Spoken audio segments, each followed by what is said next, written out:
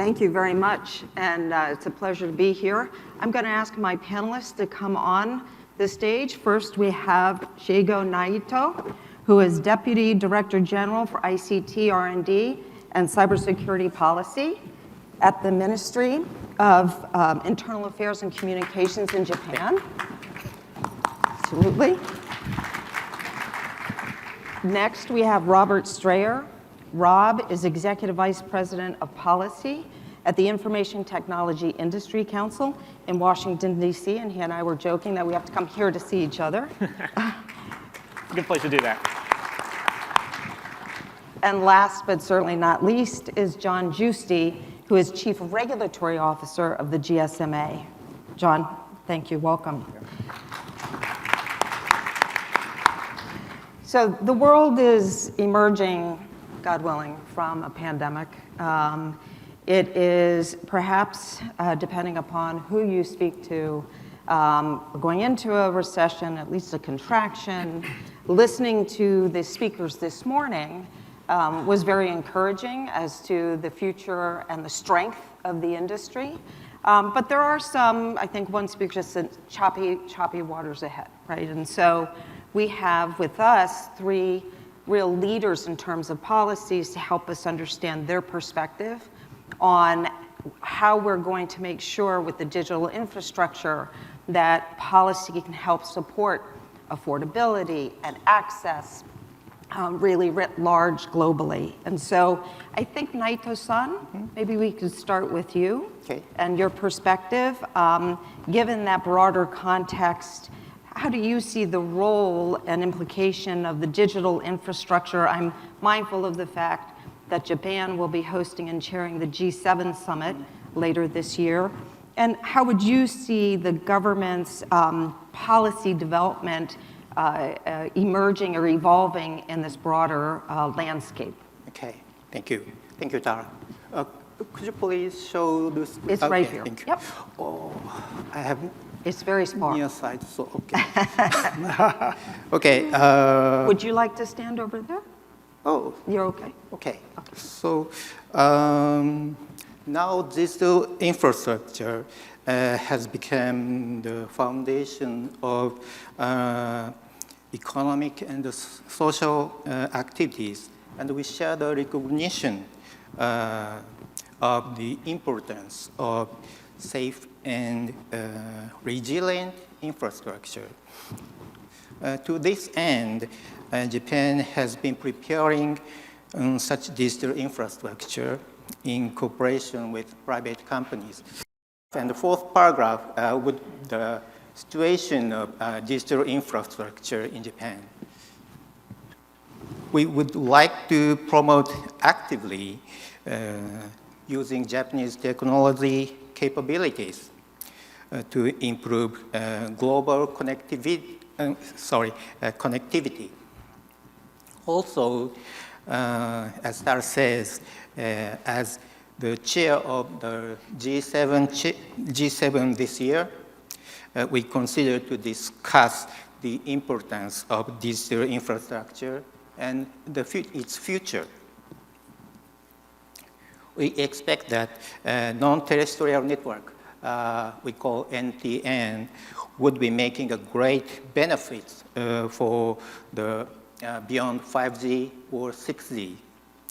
I believe that NTN will bring great benefits to island countries, so we will continue to advance such kinds of R&D. Thank you. Thank you very much, Naito-san, and certainly resilience. I heard resilience very much, and how, and here right in front of you, just so you know, is they moved it over there so you can see in the future. I'm with you. I couldn't possibly have seen that. So thank you very much. Rob, let me shift over to you for a moment, if I may, and really, you know, how from, you lead a key organization in the policy area, kind of how do you see the US and other countries, the implementation of policy measures that will grow and enhance technological capabilities, and what do you see as the most important policy trends kind of going forward again, to get the resilience, the digital infrastructure out to the masses. Right. The pandemic and the global disruptions that were caused to supply chains really added gasoline to a nascent fire that was building in the policymaking world for a lot of countries, where they were thinking more about how they could establish their own technological sovereignty or be more self-reliant and less dependent on others. Now, that policy can obviously have some very negative outcomes for business and industry. And in nowhere are we going to see the end of global supply chains, but the movement in this area does raise some concerns. We're seeing both an effort, if you will, on the offense side and the defense side related to dependencies in supply chains. On the offense side, we've seen activity like the US enacting the CHIPS Act, which supports forward more than $50 billion for semiconductor fabrication to develop more resilience in that area. Also authorizing funding for research and development for a number of emerging technologies. Japan, the European Union, and China are different places in implementing a CHIPS Act of their own to fund more semiconductor fabrication, research, and development. If you look at a country like China, for some years they've had a Made in China 2025 strategy seeking to dominate 10 technology sectors, and with President Xi just a few months ago also announcing that they are going to seek to dominate the artificial intelligence area by 2030.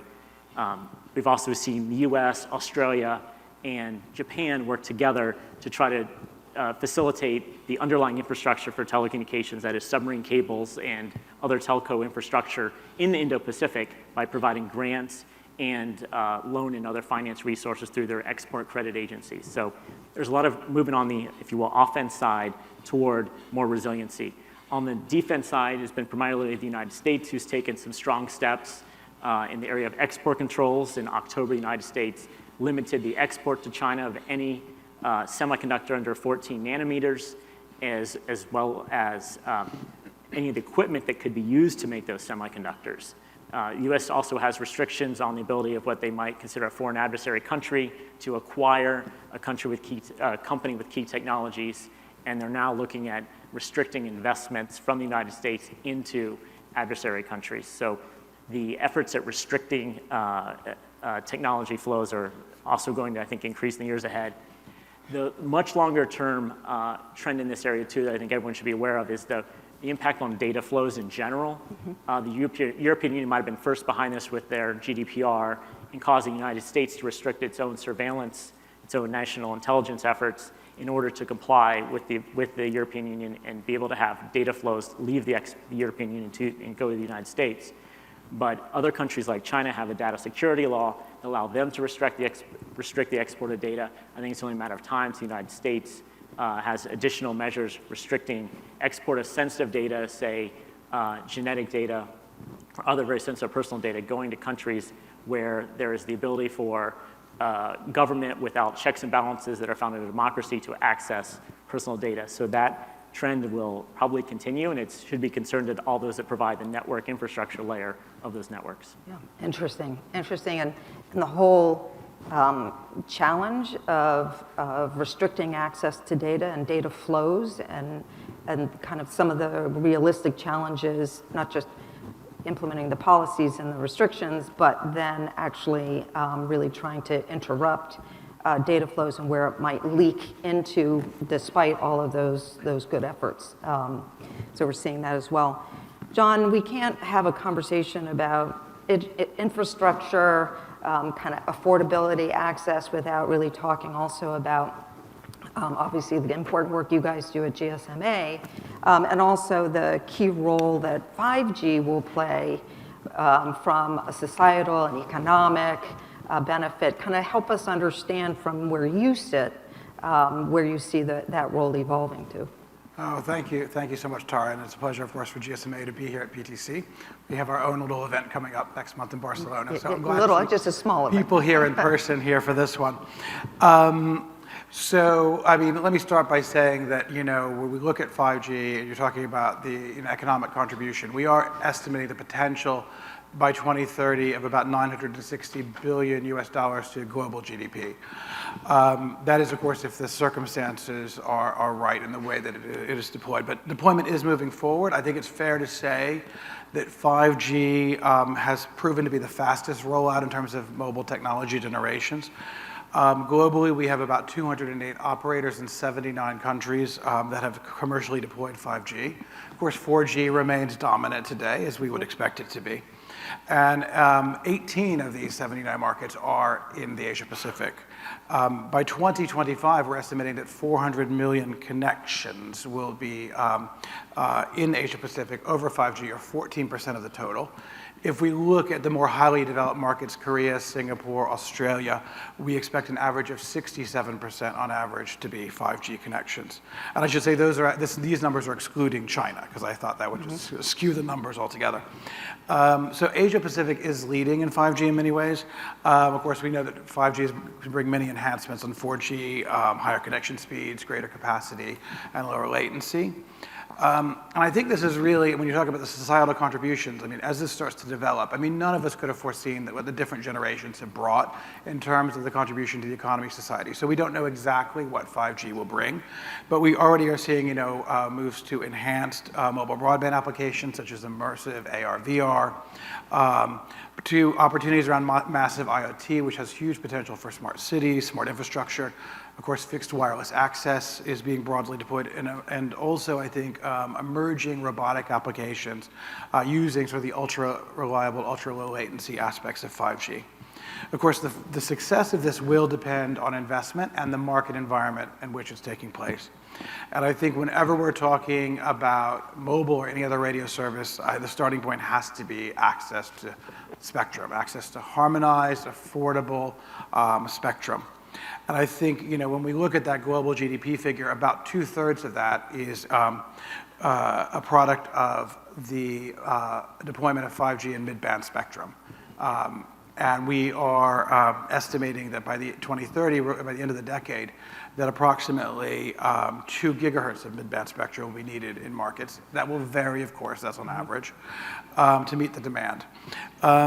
So I think one of the things we need to think about is so much of our future in digital is about people being able to use it, and it's about being able for the investment to take place. And that all comes down to the cost of deployment. And I think a huge aspect of cost here is spectrum. And it can relate to the price of the spectrum, it can relate to the devices. And I think here we have a huge opportunity this year because we have the treaty negotiations taking place in Dubai.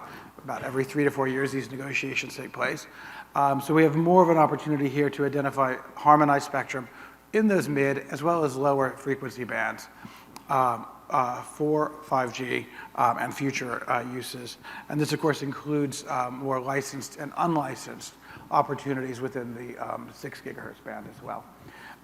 So again, I mean, I think that one of the things we need to think about is where we are as we try to look forward, and I think we see that we know that we need to have access to affordable spectrum for the future of 5G. This is the same time that we know that spectrum prices are going up. Mm-hmm. This is against the backdrop of a mobile sector that has exponentially growing data traffic every year over its networks, which of course requires investment and capacity. Mm-hmm. Of course, we also know that revenues remain relatively flat given the pressures on consumer pricing. And as an industry globally, on average, the return on capital employed is below 10%. So there's plenty of challenges, I think, plenty of opportunities, but I think it was about us working together with governments to find ways to create the right environment to facilitate the investment. I think in particular, I think one of the challenges for governments is to make sure that their digital ambitions that they state are actually aligned to the realities of the laws and the regulations in the market. And we find that often that's not the case. Well, and often, right, the regulations are catching up to industry and technology, and so you have to pull regulations along often, historically at least. Exactly. Rob, anything else you want to chime in on that, or I'll go back to Mr. Naito-san. Would double down on the point about making that spectrum available is so important for future uses, and including all those great use cases that John just mentioned. Yeah. Great. So some of the trade policies you talked about, data, Rob, and the importance of export controls, other policies that all vector into the emerging and growing digital infrastructure and some of the challenges. And Naito-san, part of the responsibility that you have in your job is with regard to cybersecurity. Yeah. And so can you help us understand what you're looking at from a policy perspective in the cybersecurity area? That would be very helpful. Okay, thank you. It has become very important to address cybersecurity issues under the circumstance, for instance, such as Russia's invasion in Ukraine and cyber attacks by international cyber groups. In September 2021, we formulated a cybersecurity strategy. It's kind of a government strategy. So ministries and agencies in Japan are working together to strengthen cybersecurity. And my ministry, MIC, is focusing on ensuring the secure and reliable ICT networks and improving the ability to respond to cyber attacks. In the necessity to address cybersecurity issues across the borders, Japan has made efforts to support capacity building overseas. We have provided capacity building programs for the ASEAN region. Also, we will continue to consider the further capacity building assistance in the Indo-Pacific region in order to realize a freedom and open Indo-Pacific. Okay, thank you. Thank you. Sir, if I may just add Rob, on please. to that. From my previous role, I was at the U.S. State Department leading our cybersecurity engagement with other countries. We work closely with Japan, and you can say that countries now realize how important it is they work with one another on this capacity building. They're also coming to recognition they need to talk about cybersecurity in both a technical and a non-technical or more of a strategic risk area. And that's also bleeding into supply chain discussions. Where in the supply chain can you trust certain vendors of hardware and software to be headquartered? What kind of protections do you need over that entire supply chain so that you can ensure that you're going to have a product that has the availability, the integrity, and the confidentiality of the data on it that everyone wants to have for our very critical infrastructure uses that we're going to put them to in 5G and 6G and for many things in the future. So cybersecurity is really important, and it's something that most companies now know how important that is, but I think it's increasingly important as we've seen the dollar value of these disruptions from major global cyber attacks go up. It's going to be something that the government keeps putting more pressure on. The U.S. government is about to also release a national cyber strategy probably in the next month or two, as Japan did in December. So these things are going to talk more about the role and responsibility of the private sector as a shared burden to increase the security of our ICT products and services. Well,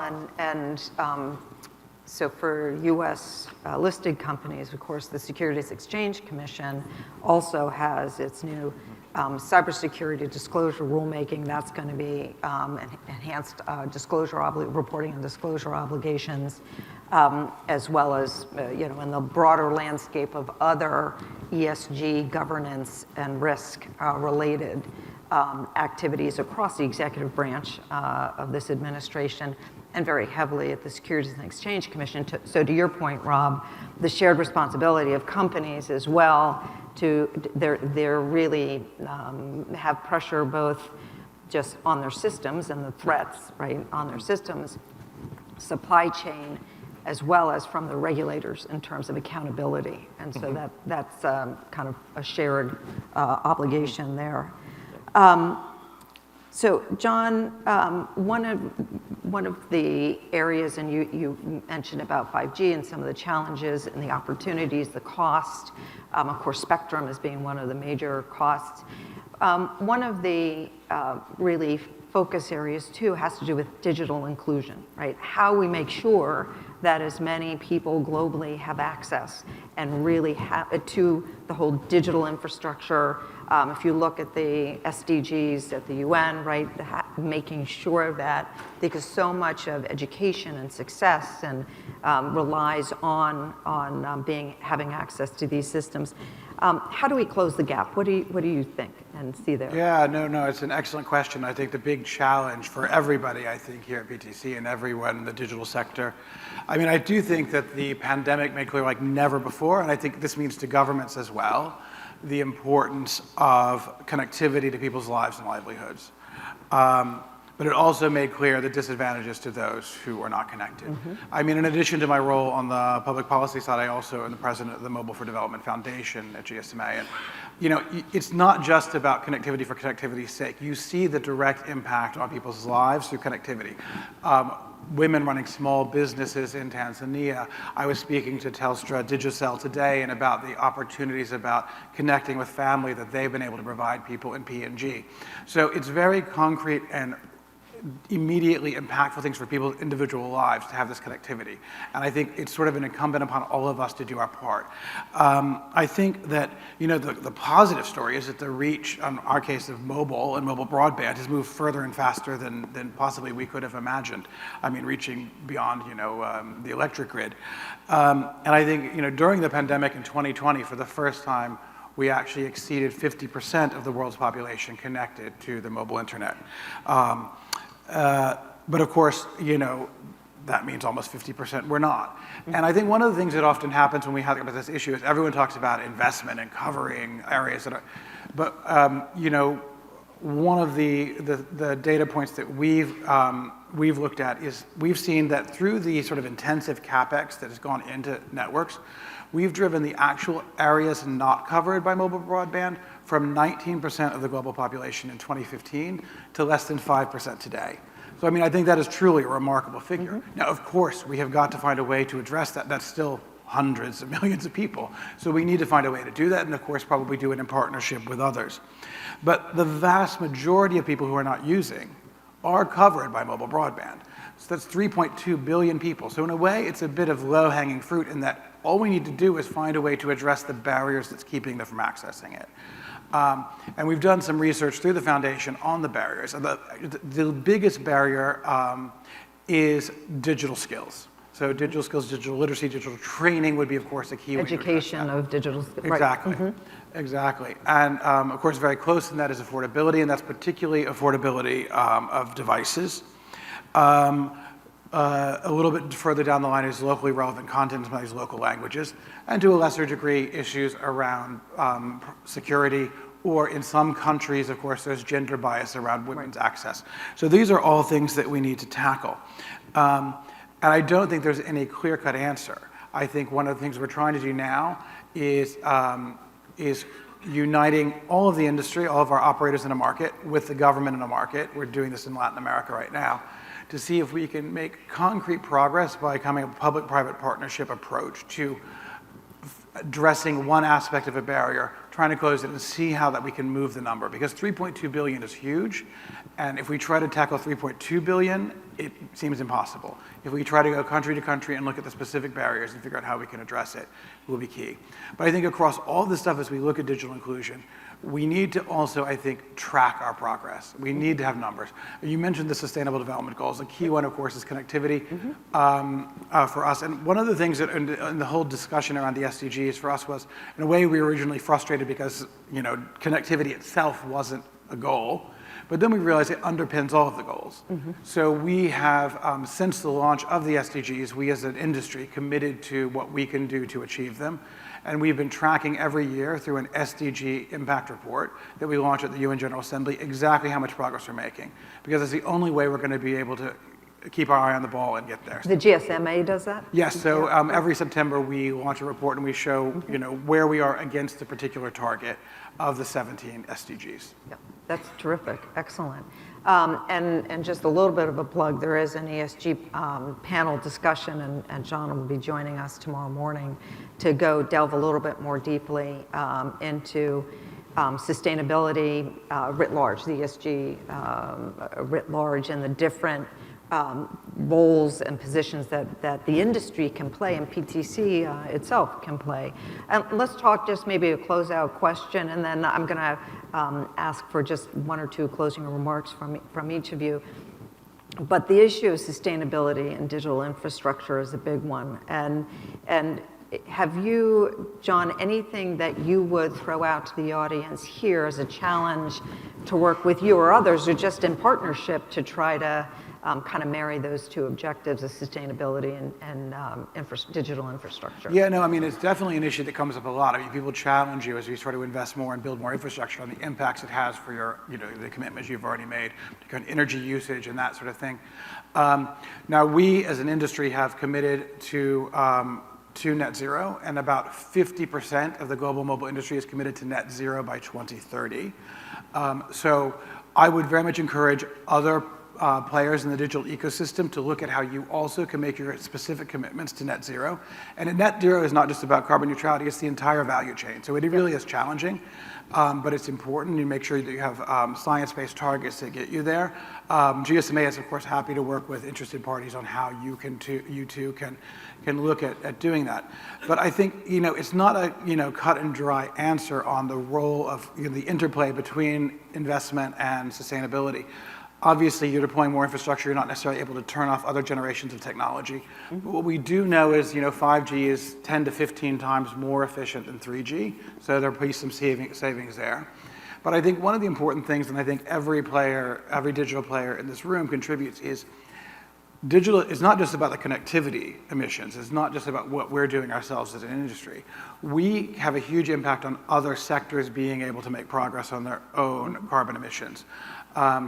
We've estimated that just if construction, transportation, or building transportation, energy, and manufacturing just use existing digital technologies and solutions already available, they could meet 40% of their emission targets by 2030. So I think there's a huge opportunity for us as an industry to lead, and I think we're a natural player to enable other industries to deliver. Thank you. Rob, maybe some close. Yeah, I just want to add one thing quickly to that. Yeah, of course, please. I know over the last day and a half, there's been a lot of discussion about some jurisdictions restricting new data centers because of concerns about the amount of energy they use and long-term sustainability there. ITI, as a trade association, we have an affiliate group called the Green Grid, where we're helping establish standards for data centers, actually update standards to those. And there's new technologies, including liquid cooling, that are out there. There needs to be a standardized way to discuss that so that governments can apply if they choose to apply regulations to a playing field that's understood in how efficient a data center is. Yeah, great, thank you. Any other closing remarks, Rob, you would want to offer at this time, and then I'll ask Naito? Yeah, I was a little bit, I think, negative about concerns about countries wanting to be self-sufficient. I mean, that is the opposite of international trade, where we have interdependencies and free flows of data across borders. I think we have to choose smart policies that fully understand the complexities of the supply chains of companies and how we can still address concerns that governments raise, say, about supply chains, how we can make them secure. Two upcoming things that are happening there, the U.S. has proposed the Indo-Pacific Economic Framework for Prosperity, which is 14 countries, including the U.S., which represent roughly 40% of global GDP. That does not have any mechanisms that are in a usual trade agreement that reduce tariffs or provide additional access. So it's going to be tough to get that done without additional incentives that the U.S. could put forward, or along with Japan and others in that framework, to incentivize countries to join it to adopt good digital policies that are risk-based, that don't interfere with the future of artificial intelligence and flows of data across borders. Those types of capacity building could be helping them understand how to do better cybersecurity or better use AI in ways that it will be trusted in their national context. So that Indo-Pacific framework, I think, is a spot where there could be some very positive development. The Quad, which is largely a defense arrangement between the US, India, Australia, and Japan is looking very much at some of these technologies that those 4 countries can support together. One they've highlighted is the move toward interoperable radio access networks for 5G, so Open RAN. That's also moving along. So I think there are some areas where there's going to be positive ability for countries to get together about common interoperable standards to address concerns about data flows, which are also going to come up as Japan has now taken the presidency of the G7, which has been a context for these 7 most industrialized, largest GDP countries to work together on common standards around data. They first came up with the term data free flows with trust, so we'll see what happens there this year. Great, thank you. Naito-san, any closing remarks or comments you would like to make? Okay, thank you. Thank you, Tara, for your great moderation. Thank you very much. And we try to realize carbon neutral. And by the way, the importance of digital infrastructure must be discussed not only G7, but also internet, in internet community. We hold the IGF Internet Governance Forum in this October in Kyoto, Japan. So you're welcome to visit Kyoto. It's a great season in October. Thank you. Thank you. Well, I hope you will join me in thanking our panelists today. Thank you so much, John, Rob, and Naito-san.